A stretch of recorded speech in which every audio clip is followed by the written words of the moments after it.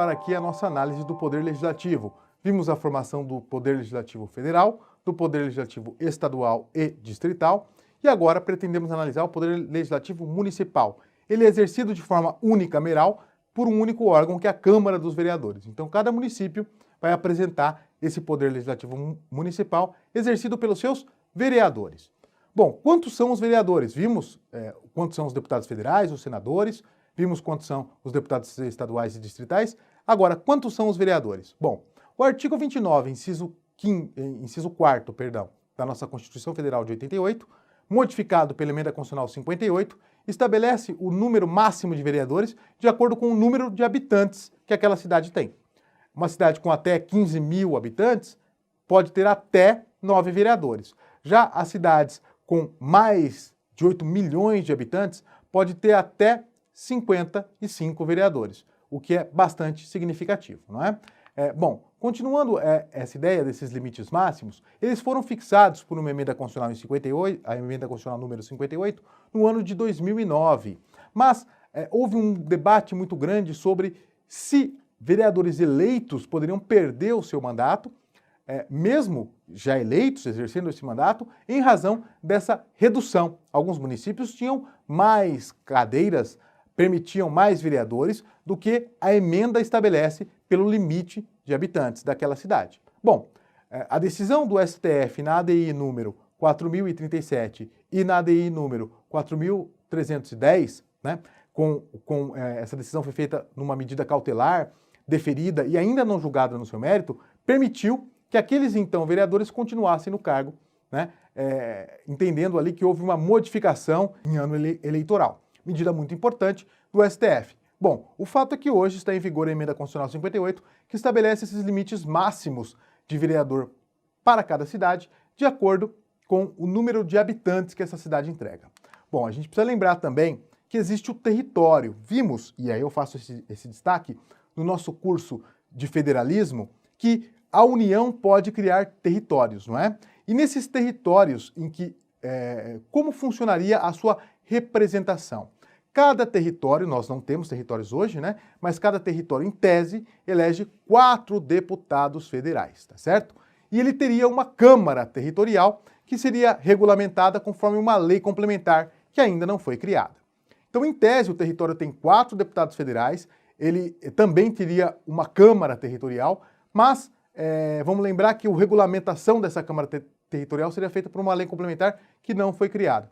O tema não merece tanto relevo porque não existem territórios hoje, mas atenção, algumas provas cobram esse ponto. Bom, vimos então como funciona o seu legislativo e ele vai exercer preponderantemente sua função típica, criando normas gerais e abstratas, pelo processo legislativo que envolve debates, garantindo segurança jurídica à comunidade e também a representatividade democrática. Uma outra função típica do legislativo, que merece muito destaque, é a função fiscalizatória. Essa função fiscalizatória, né, chamada de controle externo, fiscaliza contabilmente, fiscaliza financeiramente e orçamentariamente também o patrimônio e a operação da administração. Então, cabe ao legislativo fiscalizar contábil, financeira, orçamentária, operacional e patrimonial a administração pública. E ele vai considerar nessa fiscalização a economicidade, a legalidade, a legitimidade na aplicação das subvenções e nas renúncias de receita. É isso que estabelece o artigo 70 da Constituição Federal de 88.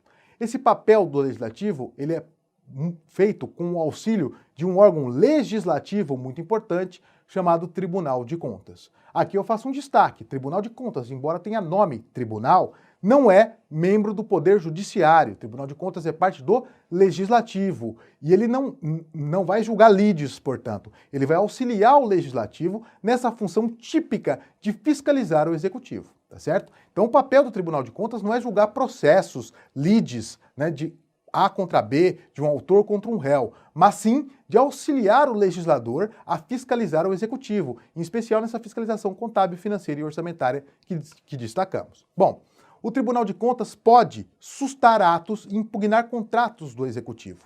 Ele susta os atos, impedindo que eles sejam praticados, e impugna contratos, remetendo essas impugnações ao Poder Legislativo para análise, né?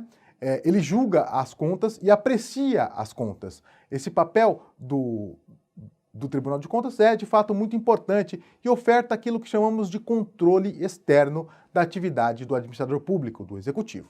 Bom, pensando melhor na formação do Tribunal de Contas, nós temos Tribunal de Contas por Estados e o Tribunal de Contas da União, e o Tribunal de Contas em 2 municípios, no município de São Paulo e no município do Rio de Janeiro, vedada a criação de novos tribunais de contas municipais. É proibida, portanto, a criação de novos tribunais de contas municipais. Os municípios que não têm tribunal de contas são auxiliados, os seus vereadores, o seu órgão legislativo, nessa atividade de fiscalização pelo Tribunal de Contas dos Estados, tá certo? Com exceção, portanto, de São Paulo e do Rio de Janeiro, os tribunais de contas dos demais estados, inclusive de São Paulo e do Rio de Janeiro, auxiliam os municípios que não têm tribunal de contas próprio. O Tribunal de Contas da União, ele é composto por 9 ministros, né, que têm garantias idênticas aos ministros do STJ. 3 são indicados pelo presidente da República, um escolhido entre o Ministério Público de Contas, outro escolhido entre os auditores do próprio tribunal, e o terceiro indicado de forma livre pelo presidente da República. Então, 3 são indicações do presidente e 6 são indicados pelo Congresso Nacional. O aspecto aí de legislativo fica claro também na sua composição. Veja que é o próprio Congresso Nacional que indica a maioria dos membros do Tribunal de Contas da União.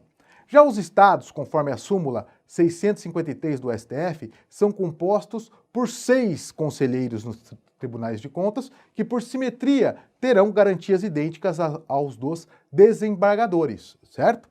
Assim como lá os nossos ministros do TCU têm garantias idênticas aos ministros do STJ, os conselheiros estaduais dos tribunais de contas de cada estado terão garantias idênticas aos dos desembargadores dos tribunais de justiça.